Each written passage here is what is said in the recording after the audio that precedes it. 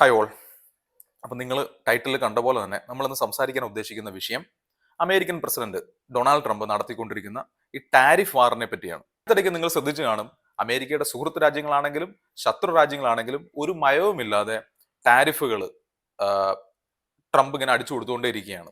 അതിപ്പോൾ ഇന്ത്യക്ക് മേലും വന്നു കഴിഞ്ഞു, ചൈനയ്ക്ക് മേലും വന്നു, തൊട്ടടുത്ത് അല്ലെങ്കിൽ അവരോട് ഏറ്റവും കൂടുതൽ ബിസിനസ് ചെയ്തുകൊണ്ടിരുന്ന കാനഡയ്ക്ക് മേലിൽ പോലും ഒരു മയവുമില്ലാതെ ഈ ടാരിഫ് ട്രംപ് ഇങ്ങനെ കൊടുത്തുകൊണ്ടിരിക്കുകയാണ്. അപ്പൊ എന്താണ് അമേരിക്കൻ പ്രസിഡന്റിനെ ഇങ്ങനെ വളരെ ഫ്യൂറോഷ്യസ് ആയിട്ടുള്ള ഒരു ടാരിഫ് വാറിൽ ഏർപ്പെടാൻ വേണ്ടി ചിന്തിപ്പിച്ചത് എന്നുള്ളതാണ് ഞാനിപ്പോൾ ഇവിടെ പറയാൻ ഉദ്ദേശിക്കുന്നത്, അല്ലെങ്കിൽ അതിനെപ്പറ്റിയാണ് നമ്മൾ ആദ്യ ഭാഗത്ത് പറയാൻ ഉദ്ദേശിക്കുന്നത്.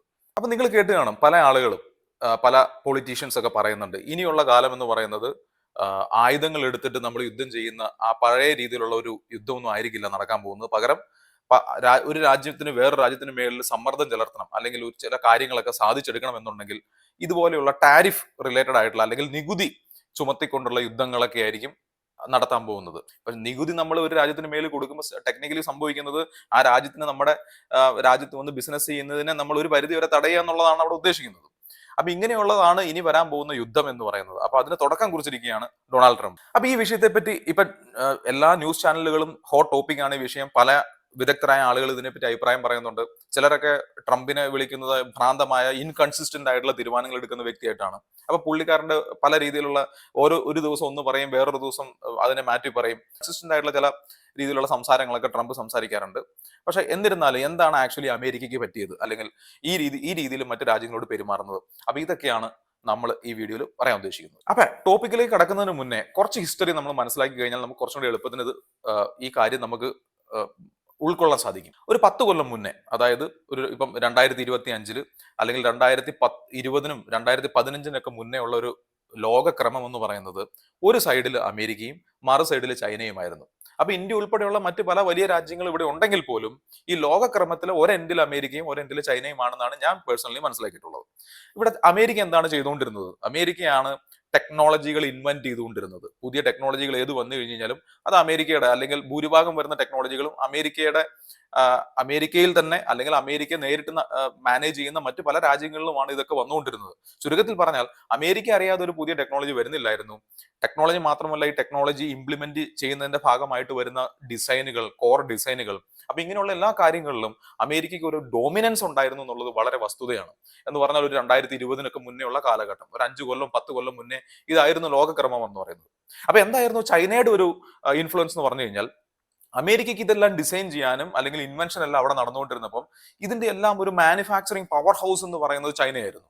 അപ്പൊ അമേരിക്ക ഒരു ഡിസൈൻ ഉണ്ടാക്കി കഴിഞ്ഞാൽ, അല്ലെങ്കിൽ ഒരു ഇൻവെൻഷൻ ഉണ്ടാക്കി കഴിഞ്ഞാൽ, ഇനി ഉടനെ ഈ ഡിസൈനുമായിട്ട് അമേരിക്കൻ എഞ്ചിനീയേഴ്സ് അല്ലെങ്കിൽ അമേരിക്കൻ കമ്പനി സിഇഒമാർ ഉടനെ ചൈനയിൽ പോകുന്നു, അവിടെ ഒരു ഫാക്ടറി തുടങ്ങുന്നു, ചീപ്പ് ലേബർ കിട്ടുന്നു, അവർ അവിടെ പോയി മാസ്സായിട്ട് ലോകത്തിന് വേണ്ട മുഴുവൻ പ്രൊഡക്റ്റും ചൈനയിൽ ഉൽപ്പാദിപ്പിക്കുകയായിരുന്നു ചെയ്തുകൊണ്ടിരുന്നത്. അപ്പൊ അതാണ് ഞാൻ പറഞ്ഞ ഒരെൻഡിൽ അമേരിക്കയും ഒരെൻഡിൽ ചൈനയും എന്നുള്ളത്. അപ്പൊ ഞാൻ ഈ പറഞ്ഞ ലോകക്രമം അമേരിക്കയും ചൈനയുമായിട്ടുള്ള, അമേരിക്ക ഇൻവെന്റ് ചെയ്യുന്നു, ചൈന മാനുഫാക്ചർ ചെയ്യുന്നു എന്ന് പറയുന്ന ഈ ഒരു ലോകക്രമം, അതിൽ കുറച്ച് മാറ്റം സംഭവിച്ചു ഈ കഴിഞ്ഞ ഒരു 5 അല്ലെങ്കിൽ ഒരു 10 വർഷത്തിൽ. അപ്പൊ അതിനെപ്പറ്റിയാണ് ആദ്യം നമ്മൾ മനസ്സിലാക്കേണ്ടത്. അപ്പൊ എന്താണ് യഥാർത്ഥത്തിൽ നടന്ന ആ മാറ്റം എന്ന് പറഞ്ഞു കഴിഞ്ഞാൽ, പണ്ട് അമേരിക്ക ഇൻവെന്റ് ചെയ്തുകൊണ്ടിരുന്നു, ചൈന മാനുഫാക്ചർ ചെയ്തുകൊണ്ടിരുന്നു പറയുമ്പോൾ, ഇന്ന് ചൈന ആ മാനുഫാക്ചറിങ് എന്ന് പറയുന്ന ഹോൾ പ്രോസസ്സ് മാത്രമല്ല ഫോക്കസ് ചെയ്യുന്നത്. ചൈന അതിവേഗം വളരുന്ന ഒരു കൺട്രിയായി മാറിക്കഴിഞ്ഞു. അമേരിക്കയിൽ നടക്കുന്ന ഒരു ഇൻവെൻഷന് 5 വർഷം വേണം, അല്ലെങ്കിൽ ഒരു സംഭവം ഡെവലപ്പ് ചെയ്യാൻ 5 വർഷം വേണമെന്നുണ്ടെങ്കിൽ ചൈന അതേ സംഭവം ചിലപ്പോൾ 1 വർഷത്തിലോ അല്ലെങ്കിൽ അതിലും താഴെയുള്ള സമയങ്ങളിലോ അവർക്ക് അത് ഡെവലപ്പ് ചെയ്യാനും അതിലും ബൾക്കായിട്ട് മാനുഫാക്ചർ ചെയ്യാനും സാധിക്കും. അപ്പൊ ഞാൻ നേരത്തെ പറഞ്ഞു, ഓൾറെഡി ചൈന ഒരു മാനുഫാക്ചറിങ് ഹബ്ബാണ്. അവർക്ക് അതിന് വേണ്ട ആയിരക്കണക്കിനായ ഫാക്ടറികളുണ്ട്, ഇഷ്ടം പോലെ തൊഴിലാളികളുണ്ട്, അതിനുള്ള ഒരു ഇൻഫ്രാസ്ട്രക്ചർ, അതാണ് വളരെ ഇമ്പോർട്ടന്റ്. ലോജിസ്റ്റിക് ആണെങ്കിലും ഇനി ഈ പറയുന്ന റോ മെറ്റീരിയൽസ് ആണെങ്കിലും ഇതെല്ലാം ചൈനയിൽ ഓൾറെഡി ഉണ്ട്. കാരണം അങ്ങനെ ഒരു എക്കോസിസ്റ്റം അവർക്ക് കഴിഞ്ഞ 10-20 വർഷത്തിൽ, 20 വർഷത്തിലല്ല, കഴിഞ്ഞൊരു 19 വർഷത്തിൽ അവരത് ഡെവലപ്പ് ചെയ്തെടുത്തിട്ടുണ്ട്.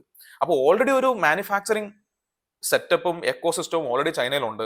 ചൈന അത് കഴിഞ്ഞ് ചിന്തിക്കാൻ തുടങ്ങി, എന്തുകൊണ്ട് അവർക്ക് കൂടെ ഈ ഡിസൈൻ ഇൻവെൻഷനിൽ ഭാഗമായി കൂടാ എന്നുള്ള ചിന്താഗതിയിൽ നിന്ന് വളരെ ദ്രുതഗതിയിൽ അമേരിക്ക ഇൻവെന്റ് ചെയ്യുന്ന, അല്ലെങ്കിൽ അമേരിക്ക ഡിസൈൻ ചെയ്യുന്ന പോലെ തന്നെ, അല്ലെങ്കിൽ അതിനെ കടപിടിക്കുന്ന രീതിയിൽ ചൈനയും ആ മേഖലയിൽ കൈവച്ച് തുടങ്ങിയപ്പോൾ അമേരിക്കയുടെ മുട്ട് വരയ്ക്കാൻ തുടങ്ങി എന്നുള്ളതാണ് യഥാർത്ഥത്തിൽ സംഭവിച്ചത്. അപ്പൊ ഞാൻ പറഞ്ഞു വന്നത് എന്താണെന്ന് വെച്ച് കഴിഞ്ഞാൽ, ആ പണ്ടത്തെ ലോകക്രമം ഇപ്പൊ മാറി. അതിന് പകരമായിട്ട് അമേരിക്ക ഇൻവെന്റ് ചെയ്യുന്ന പോലെ തന്നെ, അല്ലെങ്കിൽ അതിലും വേഗതയിൽ, അമേരിക്ക ഡിസൈൻ ചെയ്യുന്നതിനേക്കാളും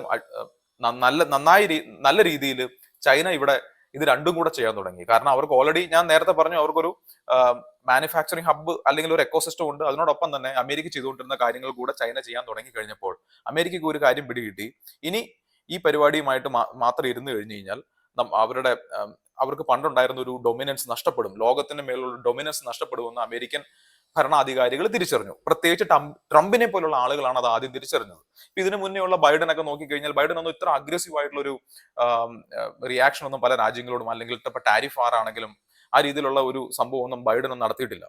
പക്ഷെ ഞാൻ പറയുവാണെങ്കിൽ ട്രംപ് ആണ് കുറെ കൂടെ അമേരിക്കയുടെ ഇപ്പോഴത്തെ അവസ്ഥയെ തിരിച്ചറിയുന്നത്. അപ്പൊ ആ തിരിച്ചറിവിന്റെ ഭാഗമായിട്ടാണ് ഈ പറയുന്ന രീതിയിലുള്ള റിയാക്ഷൻസ് വരുന്നതെന്നാണ് ഞാൻ ഈ പറഞ്ഞു വരുന്നത്. അപ്പൊ ചുരുക്കത്തില് ട്രംപ് ഇപ്പൊ ഉദ്ദേശിക്കുന്നത് എന്താണെന്ന് വെച്ച് കഴിഞ്ഞാൽ അവർക്ക് മാനുഫാക്ചർ ചെയ്യാൻ പറ്റുന്ന കഴിവതും സാധനങ്ങൾ അമേരിക്കയിൽ തന്നെ മാനുഫാക്ചർ ചെയ്യിപ്പിക്കുക. അതാണ് ട്രംപിന്റെ ഉദ്ദേശം. പക്ഷെ നമുക്ക് എല്ലാവർക്കും അറിയാം അമേരിക്കയിൽ ഒരിക്കലും ചീപ്പായിട്ട് നമുക്ക് ലേബർ കിട്ടില്ല. അപ്പൊ ചീപ്പായിട്ട് അവിടെ മാനുഫാക്ചർ ചെയ്താൽ പോലും ആ പ്രൊഡക്റ്റിനെ വളരെ കോമ്പറ്റീറ്റീവ് ആയിട്ടുള്ള പ്രൈസിൽ നമുക്ക് മറ്റുള്ള മാർക്കറ്റുകളിലൊന്നും അല്ലെങ്കിൽ ഇന്ത്യ പോലെയുള്ള അല്ലെങ്കിൽ ആഫ്രിക്ക പോലുള്ള മാർക്കറ്റുകളിലൊന്നും അവർക്ക് അത് സെല് ചെയ്യാൻ പറ്റില്ല. കാരണം ഓഫ് കോഴ്സ് അമേരിക്ക ഒരു ഡെവലപ്ഡ് കൺട്രി ആയതുകൊണ്ട് തന്നെ അവിടെ മാനുഫാക്ചറിങ് കോസ്റ്റ് ഒക്കെ വളരെ ഹൈ ആണ്. അപ്പൊ അങ്ങനെയുള്ള പ്രശ്നം അവിടെ ഉണ്ട് എന്ന് നമുക്കറിയാവുന്ന പോലെ തന്നെ ട്രംപിനും അറിയാമായിരിക്കും. പക്ഷെ എന്നിട്ടും ട്രംപ് എന്താ ചെയ്യുന്നതെന്ന് വെച്ച് കഴിഞ്ഞാൽ കഴിവതും മാനുഫാക്ചർ ചെയ്യാൻ പോസിബിൾ ആയിട്ടുള്ള കാര്യങ്ങൾ മുഴുവൻ അയാൾ അമേരിക്കയിലേക്ക് തിരിച്ചു കൊണ്ടുപോകാനാണ് ഇവിടെ ശ്രമിച്ചുകൊണ്ടിരിക്കുന്നത്. അപ്പൊ ഞാൻ പറഞ്ഞു വന്നത് നമ്മളിൽ പലരും ഇപ്പൊ കേരളത്തിലുള്ള പല മാധ്യമ പ്രവർത്തകരൊക്കെ പറയുന്നത് ട്രംപ് ഒരു വട്ടനായ മനുഷ്യനാണ്, ഒരു ഇൻകൺസിസ്റ്റന്റ് ആയിട്ട് തീരുമാനിക്കുന്ന ആളാണെന്ന് പറയുമ്പോഴും എന്റെ പോയിന്റ് ഓഫ് വ്യൂ നോക്കിക്കഴിഞ്ഞ് കഴിഞ്ഞാൽ ഇത് അമേരിക്കയ്ക്ക് ലോങ് ടൈമിലേക്ക് ബെനിഫിറ്റ് ഉള്ള പല കാര്യങ്ങളുമാണ് ട്രംപ് ഇപ്പൊ ചെയ്തുകൊണ്ടിരിക്കുന്നത്. എന്ന് പറഞ്ഞു കഴിഞ്ഞാൽ അമേരിക്കയുടെ കയ്യിൽ നിന്ന് ഗ്രിപ്പ് നഷ്ടപ്പെടുന്ന പല കാര്യങ്ങളും ആ ഗ്രിപ്പ് നഷ്ടപ്പെടുന്നതിന് മുന്നേ അത് അമേരിക്കയ്ക്ക് ഒരു അല്ലെങ്കിൽ മേൽക്കോയ്മ ഉണ്ടാവുന്ന രീതിയിൽ തിരിച്ചു പിടിക്കുക എന്നുള്ള ഉദ്ദേശത്തോടെയാണ് ട്രംപ് പല കാര്യങ്ങളും ചെയ്യുന്നത്. ഇപ്പൊ ഇവിടെ നിങ്ങൾ കണ്ടു കാണും, ഇത് ആപ്പിളിന്റെ ഒഫീഷ്യൽ സൈറ്റിൽ വന്ന ഈ അടുത്തിടയ്ക്ക് വന്ന ഒരു ന്യൂസ് ആണ്. അതിൽ അവർ പറയുന്നത് Apple increases US commitment to $600 billion in ഡോളറിലാണ്. അതായത് ആപ്പിൾ, നമുക്കറിയാം ആപ്പിൾ ഈ അടുത്ത കാലത്തൊക്കെ ചെയ്തുകൊണ്ടിരുന്നത് ഇന്ത്യയിൽ വന്ന് കമ്പനികൾ തുടങ്ങുന്നു, ചൈനയിൽ പല കമ്പനികൾ ഓൾറെഡി അവർക്കുണ്ടായിരുന്നു, അവരങ്ങനെ ചീപ്പ് ലേബറിന് വേണ്ടി പല രാജ്യങ്ങളിലേക്ക് പോകുന്നുണ്ടെങ്കിലും ട്രംപ് എന്ത് ചെയ്യുന്നു, ഇങ്ങനെയുള്ള കമ്പനികളെയൊക്കെ തിരിച്ചു വിളിച്ചിട്ട് പറയുന്നു നിങ്ങൾ അമേരിക്കയിലേക്ക് വരൂ, അമേരിക്കയിൽ നിക്ഷേപിക്കൂ. അതിന്റെ ഭാഗമായിട്ട് ആപ്പിൾ ഇപ്പൊ $600 ബില്യൺ അമേരിക്കയിൽ നിക്ഷേപിക്കാൻ തീരുമാനിച്ചു കഴിഞ്ഞു. അപ്പൊ പറഞ്ഞു വന്നത് ട്രംപ് കാര്യം ഒരു പ്രാന്തനാണ് അല്ലെങ്കിൽ വളരെ സ്പോണ്ടേനിയസ് ആയിട്ട് തീരുമാനങ്ങൾ എടുക്കുന്ന വ്യക്തിയാണെന്ന് പറയുന്നുണ്ടെങ്കിലും അയാൾ ചെയ്യുന്ന പല കാര്യങ്ങൾക്കും ഉള്ള അല്ലെങ്കിൽ റിസൾട്ട് ഓൾറെഡി കണ്ടു തുടങ്ങി എന്ന് വേണം നമുക്ക് മനസ്സിലാക്കാൻ വേണ്ടിയിട്ട്. ഇപ്പൊ ഈ $600 ബില്യൺ എന്ന് പറയുന്നത് നമ്മൾ കേട്ട് അങ്ങനെ പാസീവായിട്ട് കേട്ട് പോയിട്ട് കാര്യമില്ല. ഇന്ത്യയുടെ മൊത്തം GDP തന്നെ ഒരു 1/5 വരുന്ന തുകയാണ് ഈ പറയുന്ന $600 ബില്യൺ എന്ന് പറയുന്നത്. അത്രയും ഹ്യൂജ് എമൗണ്ട് ആണ് ഇപ്പൊ ആപ്പിൾ എന്ത് ചെയ്യുന്നത്. പ്രോബബ്ലി ഈ പറയുന്ന $600 ബില്യണിന്റെ ഒരു വലിയ ശതമാനം മറ്റു പല രാജ്യങ്ങളിലും നിക്ഷേപിക്കേണ്ടിയിരുന്ന തുകയാണ് ഇപ്പൊ തിരിച്ച് അമേരിക്കയിലേക്ക് വരുന്നത്. അപ്പൊ ഇതെല്ലാം ട്രംപിന്റെ ഈ പ്രവൃത്തി കൊണ്ട് അമേരിക്കയ്ക്ക് കിട്ടിയ നേട്ടമായിട്ടാണ് ഞാൻ പേഴ്സണലി കരുതുന്നത്. ഇത് ആപ്പിളിന്റെ മാത്രം കാര്യമല്ല, മറ്റു പല അമേരിക്കൻ ഭീമന്മാരും അമേരിക്കയിൽ തന്നെ തിരിച്ച് നിക്ഷേപിക്കുകയും മാനുഫാക്ചറിങ് നടത്തുകയും ചെയ്യേണ്ട ഒരു അവസ്ഥയിലേക്ക് എത്തി, അല്ലെങ്കിൽ ട്രംപ് അതിലേക്ക് എത്തിച്ചുകൊണ്ടിരിക്കുകയാണ്.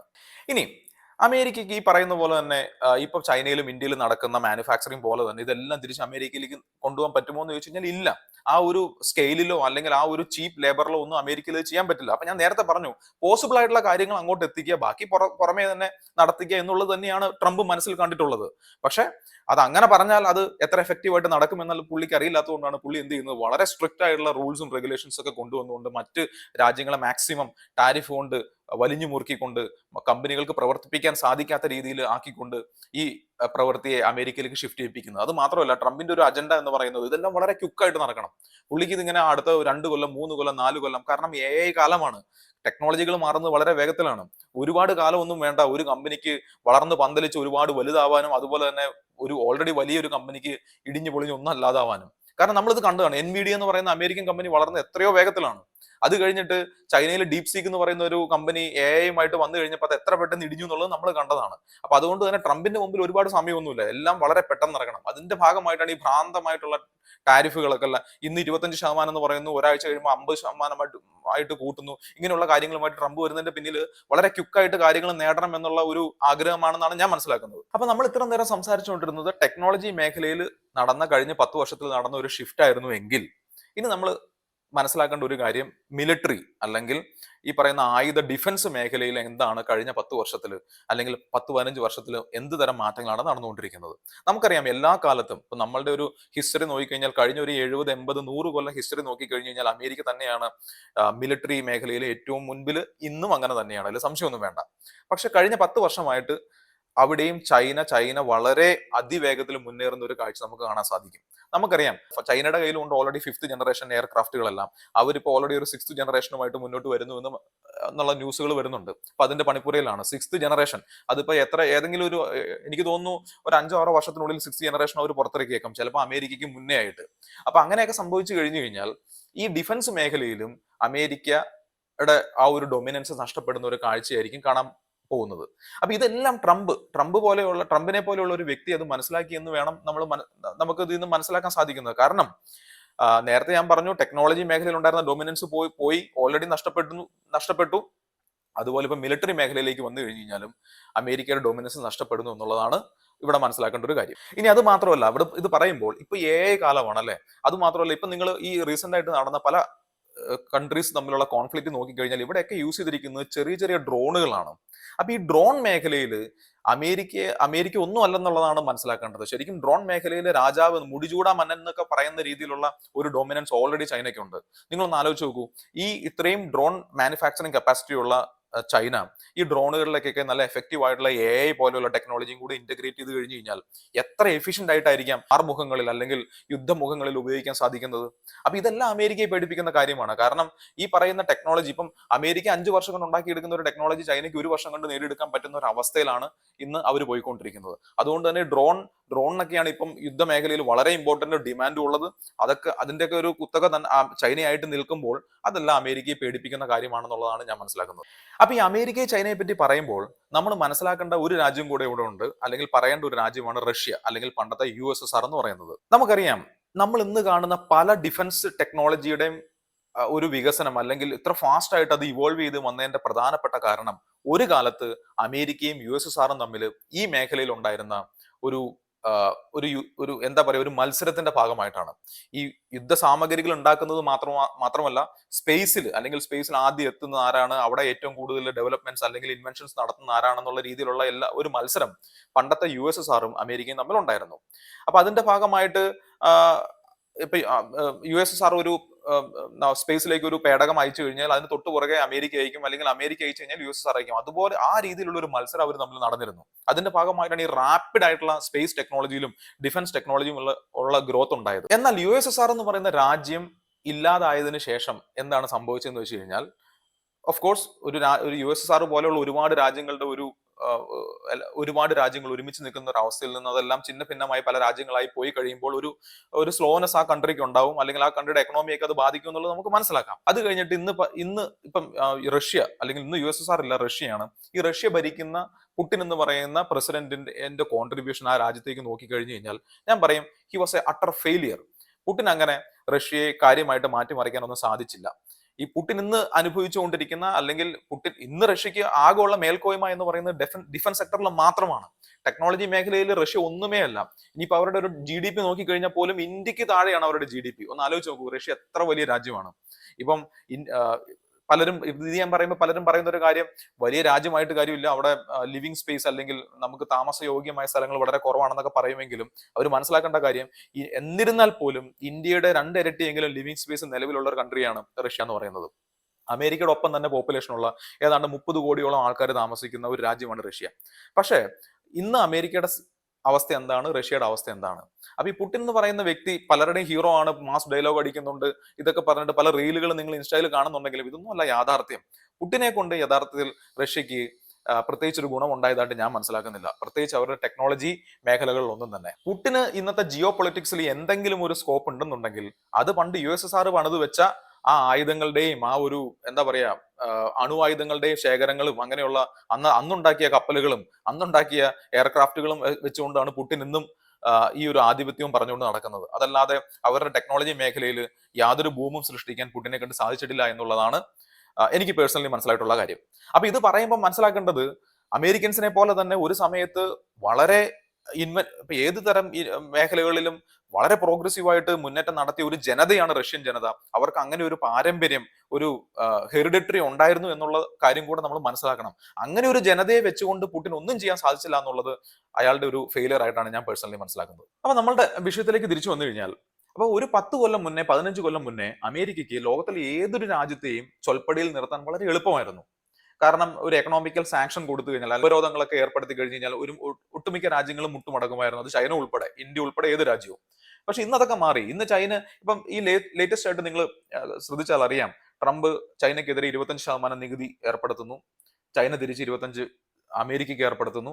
അപ്പം ട്രംപ് അത് 50% ആക്കുന്നു, ചൈന 50% ട്രംപ് 100% ചൈന 100% അങ്ങനെ അങ്ങനെ അവർ 250% വരെ ആ ഒരു കളി കളിച്ചുകൊണ്ടിരുന്നു. അപ്പൊ അതായത് അമേരിക്ക നടത്തുന്ന ഏതൊരു വെല്ലുവിളിയെയും അതേ രീതിയിൽ തിരിച്ചു മറുപടി പറയാൻ പറ്റുന്ന ഒരു കരുത്തനായ രാജ്യമായി ചൈന മാറിക്കഴിഞ്ഞപ്പോൾ അത് അമേരിക്കയിൽ ഉണ്ടാക്കുന്ന ഷോക്ക് എന്ന് പറയുന്നത് വലുതാണ്.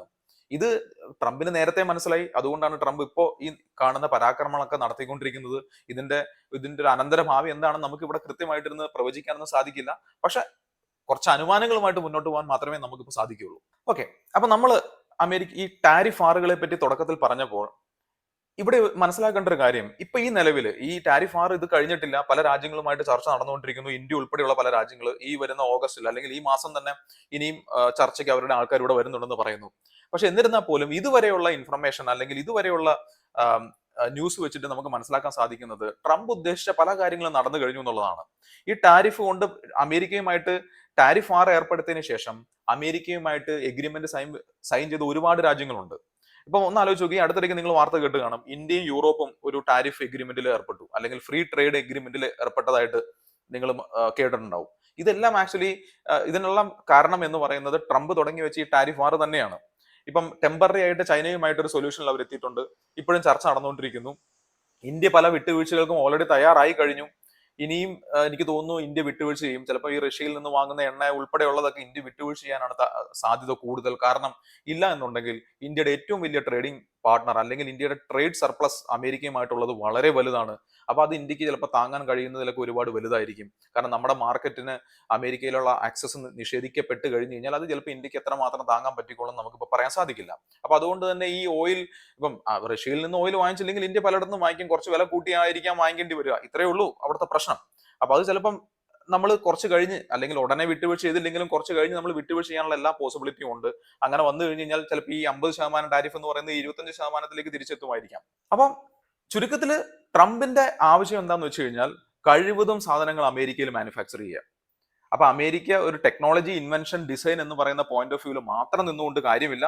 പകരം നമ്മൾക്ക് കഴിയാവുന്ന കാര്യങ്ങൾ നമ്മളുടെ രാജ്യത്ത് മാനുഫാക്ചർ ചെയ്യുക എന്നുള്ള ഒരു കൃത്യമായ ധാരണയോടെ മുന്നോട്ട് പോകുന്ന പ്രസിഡന്റ് ആയിട്ടാണ് ഞാൻ മനസ്സിലാക്കുന്നത്. ഇനി അടുത്തൊരു പ്രധാനപ്പെട്ട പോയിന്റ് ഇവിടെ മനസ്സിലാക്കേണ്ടത് അമേരിക്കയുടെ ഡെറ്റിനെ പറ്റിയാണ്. അപ്പൊ കടം. ഇപ്പം ചരിത്രത്തിലേക്ക് നോക്കി കഴിഞ്ഞു കഴിഞ്ഞാൽ അമേരിക്കയുടെ ഡെറ്റ് ടു GDP റേഷ്യോ എന്ന് പറയുന്ന ആ ഒരു കണക്ക് നോക്കി കഴിയുമ്പോൾ നമുക്ക് മനസ്സിലാവും അമേരിക്ക വലിയ കടത്തിലാണ്. അമേരിക്കയുടെ പൊതുകടം എന്ന് പറയുന്നത് ഒരുപാട് കൂടുതലാണ്. അപ്പൊ ഈ പൊതുകടം ഒരുപാട് കൂടുതലായതുകൊണ്ട് തന്നെ അത് കുറയ്ക്കുക എന്നുള്ളൊരു ഉദ്ദേശം ട്രംപിനുണ്ട്. അപ്പൊ അതിന് ഏറ്റവും ബെസ്റ്റ് വഴി എന്ന് പറയുന്നത് എന്താണ്? മറ്റ് രാജ്യങ്ങളെ കണ്ട് അടപ്പിക്കാൻ നോക്കുക എന്ന് പറയുന്ന ഒരു ബുദ്ധി കൂടെ അവിടെ അദ്ദേഹം ഉദ്ദേശിക്കുന്നുണ്ടെന്നുള്ളതാണ് ഞാൻ മനസ്സിലാക്കുന്നത്. കാരണം ഈ ടാരിഫ് ഏർപ്പെടുത്തിക്കൊണ്ട് ഇപ്പൊ എനിക്ക് മനസ്സിലായ ഒരു കാര്യം അനുസരിച്ച് നമ്മൾ എത്രയെല്ലാം നെഗോഷിയേറ്റ് ചെയ്ത് കഴിഞ്ഞാൽ പോലും ഒരിക്കലും ഇന്ത്യക്ക് ഒരു സീറോ ട്രേഡിൽ അമേരിക്കയുമായിട്ട് ട്രേഡ് ചെയ്യാൻ പറ്റുമെന്ന് ഞാൻ കരുതുന്നില്ല. ചൈനയ്ക്കും അങ്ങനെ സാധിക്കുമെന്ന് ഞാൻ കരുതുന്നില്ല. കാരണം ട്രംപിനെ സംബന്ധിച്ച് കുറച്ചെങ്കിലും മാനുഫാക്ചറിങ് അങ്ങോട്ട് എത്തിക്കണം എന്നുണ്ടെങ്കിൽ ഈ പറയുന്ന മറ്റു പല രാജ്യങ്ങൾക്കും കുറച്ചെങ്കിലും ടാരിഫ് 10% 15% ടാരിഫ് ഉണ്ടായാൽ മാത്രമേ ഈ പറയുന്ന മെയ്ക്ക് ഇൻ ഇന്ത്യ എന്ന് പറയുന്ന പോലെ, നമ്മൾ പറയുന്ന പോലെ ട്രംപ് പറയുന്ന മെയ്ക്ക് ഇൻ അമേരിക്ക എന്ന് പറയുന്ന ഒരു പോളിസി സക്സസ്ഫുൾ ആവുകയുള്ളൂ. അപ്പൊ അങ്ങനെ വരണമെങ്കിൽ ഒരു സീറോ ടാരിഫ് ഒന്നും ഇന്ത്യയോ ചൈനയോ അല്ലെങ്കിൽ മറ്റു രാജ്യങ്ങളോ ഒന്നും പ്രതീക്ഷിക്കേണ്ടതില്ല. അതൊന്നും ചിലപ്പോൾ ട്രംപ് എഗ്രി ചെയ്തോളെന്ന് യാതൊരു നിർബന്ധവും. അപ്പോൾ ഈ മറ്റുള്ള രാജ്യങ്ങളിൽ നിന്ന് ഈ ടാരിഫ് വഴി കിട്ടുന്ന അധിക വരുമാനമൊക്കെ ട്രംപിന് എന്ത് ചെയ്യാൻ സാധിക്കും? അവരുടെ ഈ കടം കുറയ്ക്കുന്നതിന്റെ ഭാഗമായിട്ട് ഉപയോഗിക്കാൻ സാധിക്കും. അപ്പൊ ആ രീതിയിലെല്ലാം ട്രംപ് ഒരുപാട് എഫോർട്ട് എടുക്കുന്നതായിട്ടാണ് നമ്മൾക്ക് മനസ്സിലാക്കുന്നത്. അത് മാത്രമല്ല, എലോൺ മസ്കിനെ കൊണ്ട് ഡോജ് എന്ന് പറയുന്ന ഒരു സംവിധാനം ഉണ്ടാക്കുകയും അതുവഴി അമേരിക്കയുടെ ഈ പബ്ലിക് ആയിട്ടുള്ള അല്ലെങ്കിൽ ഈ സർക്കാർ ഓഫീസുകൾ അല്ലെങ്കിൽ ഈ പറയുന്ന ബ്യൂറോക്രസി വഴി സ്പെൻഡ് ചെയ്യപ്പെടുന്ന പണത്തിന്റെ നല്ലൊരു ശതമാനമൊക്കെ സേവ് ചെയ്യാൻ ട്രംപിന് സാധിച്ചു എന്നുള്ളതും പുള്ളിക്കാരന്റെ ഒരു സക്സസ് ആയിട്ടാണ് ഞാൻ മനസ്സിലാക്കുന്നത്. ഇതൊന്നും ആക്ച്വലി ഇതിനു മുന്നേ ഉണ്ടായിരുന്ന അമേരിക്കൻ പ്രസിഡന്റുമാരെ ശ്രദ്ധിച്ചിരുന്നില്ല എന്നുള്ളത് ഒരു വസ്തുതയാണ്. അപ്പൊ ആ കാര്യത്തിലെല്ലാം ട്രംപ് കുറെ കൂടെ മുന്നിൽ കണ്ട് ചിന്തിച്ച ഒരു വ്യക്തിയായിട്ടാണ് ഞാൻ മനസ്സിലാക്കുന്നത്. നമുക്ക് പുറമേ നോക്കുമ്പോൾ വളരെ ഭ്രാന്തമായിട്ട് സ്പോണ്ടേനിയസ് ആയിട്ട് ഡിസിഷൻ എടുക്കുന്നതാണെന്ന് തോന്നുമെങ്കിലും യഥാർത്ഥത്തിൽ ട്രംപിന് കൃത്യമായിട്ടുള്ള ഒരു പ്ലാനും അജണ്ടയും ഉള്ളതായിട്ടാണ് ഞാൻ പേഴ്സണലി മനസ്സിലാക്കിയത്. അപ്പൊ അടുത്തത് ഞാൻ സംസാരിക്കാൻ ഉദ്ദേശിക്കുന്നത്, ഇപ്പൊ ഈ കഴിഞ്ഞ ദിവസങ്ങളിൽ ട്രംപ് ഏറ്റവും മോശമായ രീതിയിൽ അല്ലെങ്കിൽ ഏറ്റവും വളരെ ഫ്യൂറോഷ്യസ് ആയിട്ടുള്ള രീതിയിൽ സംസാരിക്കുന്നത് ഇന്ത്യക്കെതിരെയാണ്. ഇപ്പൊ ഇന്ത്യക്കെതിരെ എന്ന് പറയുമ്പോൾ നമുക്ക് ഓൾറെഡി 25% ടാരിഫ് ഉണ്ടായിരുന്നു. അതിപ്പോൾ റഷ്യൻ ഓയിൽ ഇമ്പോർട്ട് ചെയ്യുക എന്നുള്ള പേരിൽ 50% ആക്കി. അപ്പൊ അതിന്റെ പിന്നിൽ ഈ റഷ്യ യുക്രൈൻ കോൺഫ്ലിക്റ്റ് ഒക്കെ ഒഴിവാക്കുക എന്നുള്ള ട്രംപിന് ഒരു ഉദ്ദേശമുണ്ട്. കാരണം റഷ്യയെ സമ്മർദ്ദത്തിലാക്കുക എന്നുള്ള ഉദ്ദേശത്തിലാണ് ഇന്ത്യക്കെതിരെ ഈ ടാരിഫ് അടിച്ചു കൊടുക്കുന്നത്. കാരണം റഷ്യക്ക് മേലെ എന്ത് ചെയ്തിട്ട് ഒരു കാര്യമില്ല. കാരണം പുടിൻ ആ കാര്യങ്ങളൊന്നും, അല്ലെങ്കിൽ റഷ്യയുടെ എക്കണോമിയെ പറ്റി ഒന്നും പുടിൻ അത്ര വറീഡ് ഉള്ള കാര്യമല്ല. പുടിൻ എന്ന് പറയുന്നത് ഇപ്പൊ ഞാൻ നേരത്തെ പറഞ്ഞ പോലെ പുടിന്റെ ഒരു ലെഗസി എന്ന് പറയുന്നത് ആയുധങ്ങളാണ്. അവരുടെ അണുവായുധങ്ങൾ, അമേരിക്കയിൽ കൂടുതൽ അണുവായുധങ്ങൾ ഹോൾഡ് ചെയ്യുന്ന ഒരു കൺട്രി എന്ന നിലയിൽ ആ ഒരു കോൺഫിഡൻസിലാണ് പുടിൻ പലപ്പോഴും മുന്നോട്ട് പോകുന്നതെന്നാണ് എനിക്ക് തോന്നിയിട്ടുള്ളത്. അപ്പം നിങ്ങൾ റഷ്യയുടെ GDP ഗ്രോത്ത് ഒക്കെ നോക്കിക്കഴിഞ്ഞാൽ വളരെ പതറ്റിക്കാണ്. ഇപ്പം ട്രംപ് നേരത്തെ ഡെഡ് എക്കണോമി എന്ന് വിളിച്ചു. റഷ്യയും ഇന്ത്യയും വിളിച്ചത് രണ്ടും ഡെഡ് എക്കണോമിയാണ് എന്നുള്ള രീതിയിൽ സംസാരിച്ചപ്പോൾ അതിൽ പാർഷ്യലി ശരിയായിട്ടുള്ള ഒരു കാര്യമാണ്. റഷ്യ ഒരു ഡെഡ് എക്കണോമിയാണ്, പക്ഷെ ഇന്ത്യ അങ്ങനെയല്ല. അത് ട്രംപ് ആ ചേർത്ത് പറഞ്ഞതിൽ വന്ന തെറ്റാണ്. ട്രംപിന് അറിയില്ലാത്തത് കൊണ്ടല്ല, അത് ട്രംപ് അങ്ങനെ അങ്ങ് പറഞ്ഞു. ആ സമയത്ത് ട്രംപിന് അത്ര ബാഡ് ആയിട്ടുള്ള ഒരു ലാംഗ്വേജിൽ ആ ദേഷ്യം പുള്ളി അങ്ങ് തീർത്തായിട്ടാണ് ഞാൻ മനസ്സിലാക്കുന്നത്. പക്ഷെ റിയാലിറ്റിയിൽ റഷ്യ ഒരു ഡെഡ് എക്കണോമിയാണ്, എന്നാൽ ഇന്ത്യ ഒരു ഗ്രോയിങ് എക്കണോമിയാണ്. അത് മനസ്സിലാക്കണം. അപ്പൊ പറഞ്ഞു വന്ന എന്താന്ന് വെച്ച് കഴിഞ്ഞാൽ, റഷ്യയെ അങ്ങനെ എന്താ എക്കണോമിക്കൽ സാങ്ഷൻ വഴിയൊന്നും നമുക്ക് പിടിച്ചു കെട്ടാൻ പറ്റില്ല എന്ന് മനസ്സിലാക്കിയ ട്രംപ് ഈ റഷ്യക്ക് വരുന്ന വഴി, പണം വരുന്ന വഴി എന്ന് പറയുന്നത് ചൈനയിൽ നിന്നും ഇന്ത്യയിൽ നിന്നും ഓയിൽ പർച്ചേസ് വഴി കിട്ടുന്ന ഒരുപാട് പണം ഉണ്ടെന്ന് മനസ്സിലാക്കി കഴിഞ്ഞപ്പോൾ അതിനെ എങ്ങനെയെങ്കിലും സ്റ്റോപ്പ് ചെയ്യുക എന്നുള്ള രീതിയിലാണ് ഇപ്പൊ ഇന്ത്യക്ക് മേലുള്ള 25% അഡീഷണൽ ടാരിഫ് പ്രഖ്യാപിച്ചത്. അപ്പൊ അത് ചിലപ്പം ആ ഒരു പ്രഷർ അമേരിക്കയിൽ നിന്ന് വരുന്നത് കൊണ്ട് തന്നെ ഇൻ ഫ്യൂച്ചർ ചിലപ്പം 1-2 മാസങ്ങൾക്കുള്ളിൽ തന്നെ മേ ബി ഇന്ത്യ ആ ഒരു ഓയിൽ പർച്ചേസ് ഘട്ടം ഘട്ടമായിട്ട് സ്റ്റോപ്പ് ചെയ്യാനാണ് സാധ്യത. അപ്പൊ അങ്ങനെ വന്നു കഴിഞ്ഞു കഴിഞ്ഞാലും ട്രംപ് അവിടെ വിജയിച്ചു എന്ന് വേണം നമുക്ക് മനസ്സിലാക്കാൻ വേണ്ടിയിട്ട്. പിന്നീട് ഇപ്പൊ നടക്കുന്ന ചർച്ചകളിൽ നമ്മൾ പറയുന്ന ഒരു കാര്യമുണ്ട്. ഇന്ത്യയെ പ്രത്യേകിച്ച് ട്രംപ് വിശേഷിപ്പിച്ചത് ടാരിഫ് കിങ് എന്നാണ്. India is the tariff king in the world എന്ന രീതിയിലൊക്കെ പലതവണ ട്രംപ് പരാമർശം നടത്തിയിട്ടുണ്ട്. അപ്പൊ അതിൽ എത്രമാത്രം വസ്തുത ഉണ്ട് എന്നുള്ളത് നമുക്കൊന്ന് നോക്കാം. ഇപ്പം അതിൽ കുറെയൊക്കെ വസ്തുത ഉണ്ട് എന്നുള്ളതാണ് മനസ്സിലാക്കേണ്ടത്. കാരണം ഇന്ത്യ എപ്പോഴും ഒരു പ്രൊട്ടക്ഷനിസ്റ്റ് എക്കണോമിയാണ്. അപ്പൊ നിങ്ങൾക്ക് ആ വേർഡ് നിങ്ങൾ കേട്ടിട്ടില്ല, നിങ്ങൾക്ക് അറിയില്ല എന്നുണ്ടെങ്കിൽ മനസ്സിലാക്കുക. നമ്മൾ പലപ്പോഴും നമ്മളുടെ ഇന്ത്യയിലുള്ള ബിസിനസ്സുകളെ പ്രൊട്ടക്ട്, അല്ലെങ്കിൽ പുറത്തുള്ള രാജ്യങ്ങളിൽ നിന്നുള്ള ബിസിനസ്സുകളുമായിട്ട് ഒരുപാട് മത്സരം വരാതിരിക്കാൻ വേണ്ടി നമ്മൾ പ്രൊട്ടക്ഷനിസ്റ്റ് മെക്കാനിസം എനേബിൾ ചെയ്ത് വെച്ചിട്ടുണ്ട്. എന്ന് പറഞ്ഞു കഴിഞ്ഞാൽ അതും ഈ പറയുന്ന ടാരിഫ് പോലെ തന്നെ. ഇപ്പൊ ഫോർ എക്സാമ്പിൾ ഇന്ത്യയിലുള്ള ഞാനൊരു ഉദാഹരണം പറയാം. ടാറ്റ മോട്ടോഴ്സ് എന്ന് പറയുന്നത് ഇവിടുത്തെ വെൽ നോൺ ആയിട്ടുള്ള ഒരു കാർ മാനുഫാക്ചറിങ്, ട്രക്ക് മാനുഫാക്ചറിങ് കമ്പനിയാണ്. അപ്പൊ ഈ കമ്പനിക്ക് പുറത്തുനിന്ന് വളരെ പുറത്തെല്ലാം ഒരുപാട് വലിയ ഇപ്പൊ ടൊയോട്ട പോലെയുള്ള അല്ലെങ്കിൽ മറ്റു പല കാർ കമ്പനികളും ഉണ്ട് യൂറോപ്പിലും അമേരിക്കയിലുമായിട്ട്. ഈ കാർ കമ്പനികൾ ഡയറക്ട്ലി ഒരു കോമ്പറ്റീറ്റർ ആവാതിരിക്കാൻ വേണ്ടി നമ്മൾ എന്ത് ചെയ്യുന്നു, നമ്മുടെ ഇമ്പോർട്ട് പോളിസിയിലൊക്കെ വളരെ വലിയ ടാക്സ് എല്ലാം നമ്മൾ എഴുതി വെച്ചിട്ട് ഈ കമ്പനികൾ അമേരിക്കയിൽ ഉണ്ടാക്കുന്ന അല്ലെങ്കിൽ യൂറോപ്പിൽ ഉണ്ടാക്കുന്ന മാനുഫാക്ചർ ചെയ്യുന്ന കാറുകൾക്കൊന്നും ഇന്ത്യയിൽ അങ്ങനെ എളുപ്പത്തിന് വിൽക്കാൻ സാധിക്കാത്ത രീതിയിലുള്ള ടാക്സ് എല്ലാം നമ്മൾ ഇമ്പോസ് ചെയ്ത് വെച്ചിട്ടുണ്ട്. അപ്പൊ ഇങ്ങനെ വരുമ്പോൾ നമ്മുടെ ഇവിടെയുള്ള കമ്പനികൾക്ക് എന്ത് സാധിക്കും? ഈ അത്ര വലിയൊരു കോമ്പറ്റീഷൻ അവിടെ നിന്ന് ഫേസ് ചെയ്യേണ്ടി വരില്ല.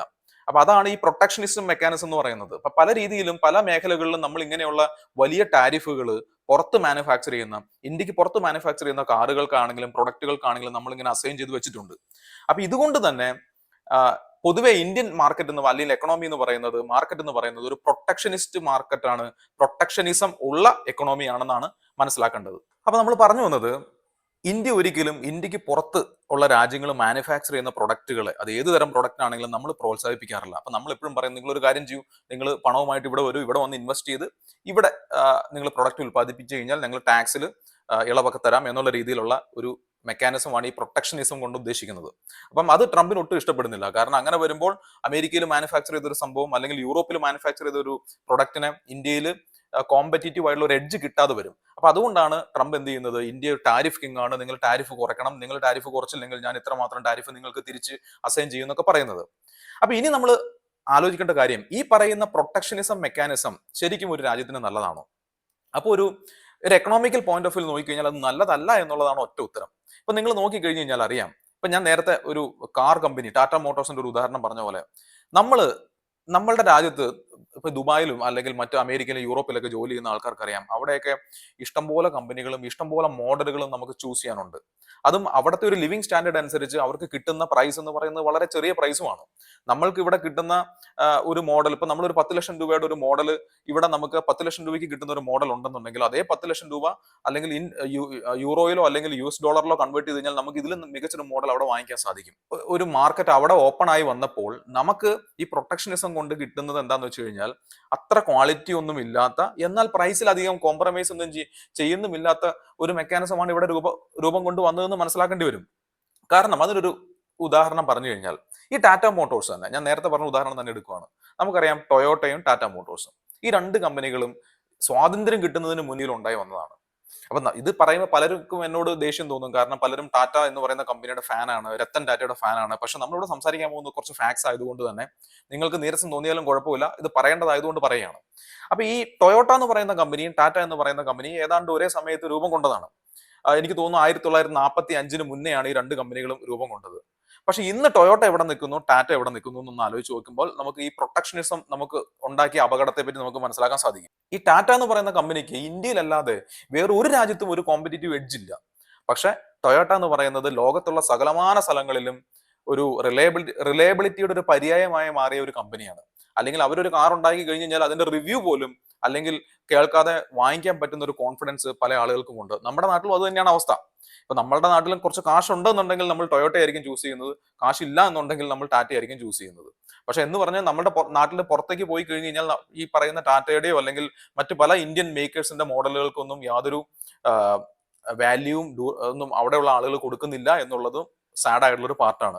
അതിലൊക്കെ കുറച്ച് ചേഞ്ചസ് ഇപ്പൊ വരുന്നുണ്ട്. ഇപ്പം മഹേന്ദ്ര പോലെയുള്ള ഇന്ത്യൻ കമ്പനികളൊക്കെ വളരെ ഇന്നോവേറ്റീവ് ആയിട്ടുള്ള ഡിസൈനും ടെക്നോളജിയുമായിട്ട് പുതിയ മോഡലുകളൊക്കെ കൊണ്ടുവരുന്നുണ്ടെങ്കിൽ പോലും അതൊക്കെ ഈ അടുത്തിടയ്ക്ക് സംഭവിച്ചതാണ്. പക്ഷെ ടൊയോട്ടയെല്ലാം 70കളിലും 80കളിലും എല്ലാം അവർ കളം പിടിച്ച ഒരു ജാപ്പനീസ് കമ്പനിയാണ്. അപ്പൊ ഈ പ്രൊട്ടക്ഷനിസം മെക്കാനിസം ഞാൻ പറഞ്ഞു വന്നത് വേറെ ഒന്നുമല്ല, ഈ പ്രൊട്ടക്ഷനിസം മെക്കാനിസം പലപ്പോഴും നെഗറ്റീവ് ആയിട്ടുള്ള ഇമ്പാക്റ്റ് ആണ് നമ്മുടെ സൊസൈറ്റിയിൽ ഉണ്ടാക്കുന്നത്.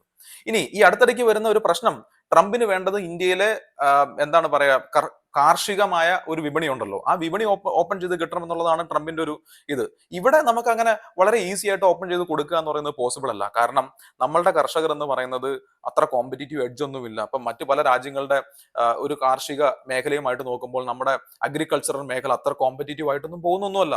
പലയിടത്തും ഇന്നും ഈ കാളേനെയും അല്ലെങ്കിൽ മൃഗങ്ങളെയൊക്കെ വെച്ചിട്ടാണ് എന്ത് ചെയ്യുന്നത്, പാഡി ഫീൽഡ് ഒക്കെ റെഡിയാക്കി എടുക്കുന്നത്. പക്ഷെ മറ്റുള്ള ഭൂരിഭാഗം രാജ്യങ്ങളിലും അതൊന്നും അല്ല അവസ്ഥ. അപ്പൊ അങ്ങനെയുള്ള ഒരു കർഷക സമൂഹത്തിന്റെ ഇടയിലേക്ക് നമ്മൾ പെട്ടെന്ന് ഇതിനെ ഫുൾ നമ്മുടെ ടാരിഫ് എല്ലാം സീറോ ആക്കിക്കൊണ്ട് ഇത് ഓപ്പൺ ചെയ്ത് കൊടുത്തു കഴിഞ്ഞാൽ അവിടെ കുറച്ച് റിസ്ക് ഉണ്ടെന്നുള്ളത് ശരിയാണ്.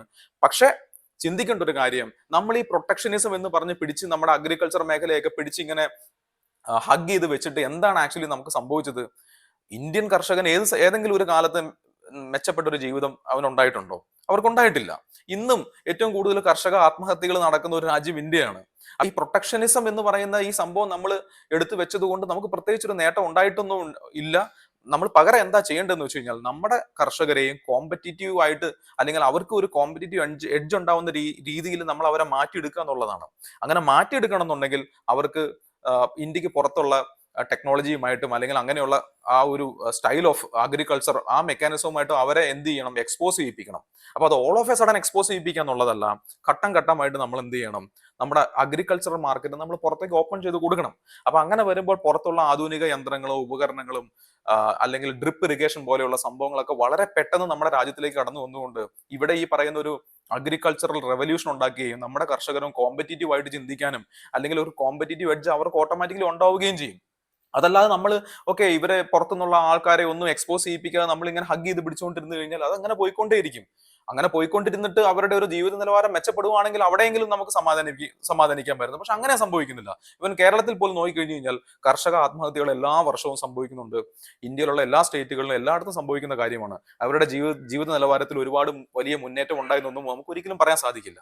അപ്പൊ ഈ പ്രൊട്ടക്ഷനിസം, ചുരുക്കത്തിൽ പറഞ്ഞാൽ ഈ പ്രൊട്ടക്ഷനിസം ഒരു രാജ്യത്തിന് നല്ലതല്ല. നമ്മൾ എപ്പോഴും ഒരു കോമ്പറ്റീറ്റീവ് എഡ്ജോടെ തന്നെ ചിന്തിക്കുക, അല്ലെങ്കിൽ മറ്റുള്ള ആളുകളുമായിട്ട് കോമ്പറ്റീറ്റ് ചെയ്ത് മുന്നേറുന്ന രീതിയിൽ ചിന്തിക്കുമ്പോൾ മാത്രമേ നമുക്കൊരു നാച്ചുറൽ ആയിട്ടുള്ള അല്ലെങ്കിൽ റാപ്പിഡ് ആയിട്ടുള്ള ഒരു ഗ്രോത്ത് ഉണ്ടാവുകയുള്ളൂ. അപ്പൊ ഇനി എന്താണ് നമ്മളുടെ മാർക്കറ്റിൽ സംഭവിക്കാൻ പോകുന്നത്? ഇന്ത്യക്ക് ഈ സാങ്ഷൻസ് അല്ലെങ്കിൽ അമേരിക്കയുടെ ഈ ടാരിഫ് ഉപരോധം മൂലം അല്ലെങ്കിൽ ടാരിഫുകൾ അടിച്ച് ഏൽപ്പിച്ചുകൊണ്ട് നമ്മൾക്ക് എന്തൊക്കെയാണ് സംഭവിക്കാൻ പോകുന്നതെന്ന് വളരെ ക്വിക്കായിട്ട് പറഞ്ഞുകൊണ്ട് നമുക്ക് ഈ വീഡിയോ കൺക്ലൂഡ് ചെയ്യാമെന്ന് ഞാൻ വിചാരിക്കുന്നു. ഇന്ത്യക്ക് ഒരു നെഗറ്റീവ് തന്നെയാണ്, സംശയമൊന്നും വേണ്ട. കാരണം ആപ്പിളൊക്കെ ഇന്ത്യയിൽ അവരുടെ ഇൻവെസ്റ്റ്മെന്റ് ദ്രുതഗതിയിൽ മുന്നോട്ട് പോകാൻ ശ്രമിക്കുമ്പോഴാണ് ട്രംപ് ആപ്പിളിനെ വിളിച്ചിട്ട് പറഞ്ഞു നിങ്ങൾ നേരെ വരും. ഇപ്പം ടിം കുക്ക് അല്ലെങ്കിൽ ആപ്പിളിന്റെ സിഇഒയുമായിട്ട് ട്രംപ് സംസാരിക്കാൻ പോവുകയാണ് ഈ അടുത്ത ആഴ്ച എന്ന് തോന്നുന്നു. അപ്പൊ അങ്ങനെ വരുമ്പോൾ കൂടുതൽ ഇൻവെസ്റ്റ്മെന്റ് പുറത്ത് അവർ നിക്ഷേപിക്കാനിരുന്ന ഇൻവെസ്റ്റ്മെന്റുകൾ അമേരിക്കയിലേക്ക് തിരിച്ചു പോകാനുള്ള സാധ്യതയുണ്ട്. ഇപ്പൊ ചൈനയെ സംബന്ധിച്ച് ചൈന ഓൾറെഡി ഒരു മാനുഫാക്ചറിംഗ് ഹബ്ബാണ്. അവർ അതിൽ നിന്നെല്ലാം വന്നപ്പോൾ ഡിസൈനിലേക്കും ഇൻവെൻഷനിലേക്കൊക്കെ ശ്രദ്ധ കേന്ദ്രീകരിച്ച് ഞാൻ പറഞ്ഞല്ലോ. അപ്പൊ ചൈനയെ സംബന്ധിച്ച് ഇത് അത്ര വലിയ പ്രശ്നം ചിലപ്പോൾ ഉണ്ടായിക്കൊള്ളുന്നില്ല. കാരണം അവരൊരു ക്യാഷ് റിച്ച് രാജ്യമാണ്. അവർക്ക് ഓൾറെഡി ഒരു മാനുഫാക്ചറിംഗ് ഹബും ഓൾറെഡി അവർ AI പോലെയുള്ള ഇലക്ട്രിക് കാർ പോലെയുള്ള മേഖലകളിലെല്ലാം അവർക്ക് ഒരു ഡൊമിനൻസ് ഓൾറെഡി കിട്ടിക്കഴിഞ്ഞു. പക്ഷെ ഇന്ത്യ അങ്ങനെയല്ല. ഇന്ത്യ ഒരുപാടൊന്നും ടെക്നോളജിക്കലി അഡ്വാൻസ്ഡ് ആയിട്ടില്ല കമ്പയറിംഗ് ടു ചൈന. അപ്പൊ അങ്ങനെ വരുമ്പോൾ ഇന്ത്യക്ക് അത് കുറച്ച് ഒരു നെഗറ്റീവ് ആണെന്നാണ് ഞാൻ മനസ്സിലാക്കുന്നത്, ട്രംപിന്റെ ഈ തീരുമാനങ്ങളെല്ലാം. പക്ഷെ അത് നമ്മൾ മനസ്സിലാക്കിക്കൊണ്ട് തന്നെ ഇനി മുന്നോട്ട് പോകാന്നുള്ളത് മാത്രമേ വഴിയുള്ളൂ. പ്രത്യേകിച്ച് നിങ്ങൾ ഒരു ഷോർട്ട് ടൈം സ്വിംഗ് ട്രേഡേഴ്സ് അല്ലെങ്കിൽ ഇൻവെസ്റ്റേഴ്സ് ഒക്കെ ആണെന്നുണ്ടെങ്കിൽ ഈ സമയം വളരെ സൂക്ഷിക്കേണ്ടതാണ്. കാരണം മാർക്കറ്റിന് പോലും കൃത്യമായിട്ടൊരു ഡയറക്ഷൻ പ്രവചിക്കാൻ പറ്റാത്ത സമയമാണ്. പക്ഷെ എന്നിരുന്നാൽ പോലും ഒരു ലോങ് ടൈം എന്നൊക്കെ പറയുന്നത് നമ്മുടെ രാജ്യത്തിന് ബുള്ളിഷ് തന്നെയാണ്. കാരണം നമ്മൾ 100-150 കോടി ആൾക്കാരുണ്ട്. നമുക്ക് എങ്ങനെയെങ്കിലും മുന്നോട്ട് പോയേ പറ്റൂ. അത് മാത്രമൊന്നുമല്ല, അമേരിക്കയ്ക്ക് ഒരു കാരണവശാലും അവരുടെ ഫുൾ മാനുഫാക്ചറിംഗ് എന്ന് പറയുന്നത് അമേരിക്ക കേന്ദ്രീകരിച്ചുകൊണ്ട് നടത്താനൊന്നും സാധിക്കില്ല. അപ്പൊ അങ്ങനെ വരുമ്പോൾ അവരുടെ ഒരു പോർഷൻ അല്ലെങ്കിൽ ഒരു ഭാഗം മാനുഫാക്ചറിങ് അവർക്ക് പുറത്ത് നടത്തിയേ മതിയാവുള്ളൂ. കാരണം എന്നാൽ മാത്രമേ കോമ്പറ്റീറ്റീവ് പ്രൈസിൽ അമേരിക്കൻസിനും അത് ഉപയോഗിക്കാൻ സാധിക്കുകയുള്ളൂ. അപ്പൊ അങ്ങനെയൊക്കെ വരുമ്പോൾ ഒരു ഡീസെന്റ് ആയിട്ടുള്ള ഒരു ഇൻവെസ്റ്റ്മെന്റും അല്ലെങ്കിൽ ഒരു മാനുഫാക്ചറിംഗും ഇന്ത്യയിലും ചൈനയുമായിട്ട് നിലനിൽക്കാനാണ് സാധ്യത. അപ്പൊ അത് എല്ലാം കൊണ്ടും ഔട്ട് റൈറ്റ്ലി നെഗറ്റീവ് എന്നൊന്നല്ല പറയുന്നത്. പക്ഷെ ഷോർട്ട് ടൈമിലേക്ക് ഒരു ഫ്ലക്ച്വേഷൻസും വോളറ്റിലിറ്റി ഒക്കെ സ്റ്റോക്ക് മാർക്കറ്റുകളിലും അല്ലെങ്കിൽ ഇങ്ങനെയുള്ള സാമ്പത്തിക മേഖലകളിലും വരാനുള്ള സാധ്യതയുണ്ട്. അപ്പം ചുരുക്കത്തിൽ കൺക്ലൂഡ് ചെയ്തുകൊണ്ട് എനിക്ക് പറയാനുള്ളത്, നമ്മൾ ഈ പ്രൊട്ടക്ഷനിസം മെക്കാനിസം നമ്മൾ ഘട്ടം ഘട്ടമായി മാറ്റിക്കൊണ്ട് നമ്മുടെ വിപണികൾ തുറന്നു കൊടുത്തുകൊണ്ട് ഏറ്റവും മാക്സിമം അല്ലെങ്കിൽ ഏറ്റവും ബെസ്റ്റ് കമ്പനീസുമായിട്ട് നമ്മുടെ ഇന്ത്യയിലുള്ള ഡൊമസ്റ്റിക് കമ്പനീസും മത്സരിച്ച് നമ്മുടെ കഴിവ് തെളിയിച്ച് മുന്നേറുമ്പോഴാണ് അത് യഥാർത്ഥത്തിലുള്ള ഒരു വികസനം അല്ലെങ്കിൽ ഒരു ഇൻവെൻഷനിലേക്കൊക്കെ എത്തുന്നുള്ളൂ, അല്ലെങ്കിൽ റാപ്പിഡ് ആയിട്ടുള്ള ഒരു ഗ്രോത്തിലേക്കൊക്കെ നമ്മൾ എത്തുകയുള്ളൂ. അപ്പൊ ചൈനയൊക്കെ അങ്ങനെ മത്സരിച്ചതിന്റെ ഭാഗമായിട്ടാണ് ചൈനയിൽ നിന്ന് ഒരുമാതിരിപ്പെട്ട എല്ലാ ടെക്നോളജികളും അല്ലെങ്കിൽ അവരുടെ നാട്ടിൽ തന്നെ അമേരിക്കയിലൊക്കെ ഉള്ള ടെക്നോളജികളുടെ തുല്യമായ ടെക്നോളജി അവരുടെ നാട്ടിൽ തന്നെ അവർ ഡെവലപ്പ് ചെയ്തിട്ടുണ്ട്. അപ്പൊ ആ രീതിയിൽ നമ്മുടെ ഹോം ഗ്രൗണ്ട് ടെക്നോളജികൾ നമ്മൾ ഡെവലപ്പ് ചെയ്യേണ്ടി വരും. അപ്പൊ അതിനുവേണ്ടി നമ്മൾ വളരെ കോമ്പറ്റീറ്റീവ് എഡ്ജോടുകൂടെ നമ്മുടെ കമ്പനികൾ മത്സരിച്ചാൽ മാത്രമേ ഇതെല്ലാം സാധ്യമാവുകയുള്ളൂ. അപ്പൊ ഇത്രയും പറഞ്ഞുകൊണ്ട് അവസാനിപ്പിക്കുകയാണ്. ഇനി മറ്റൊരു വിഷയമായിട്ട് കാണുന്നവരെ ബൈ.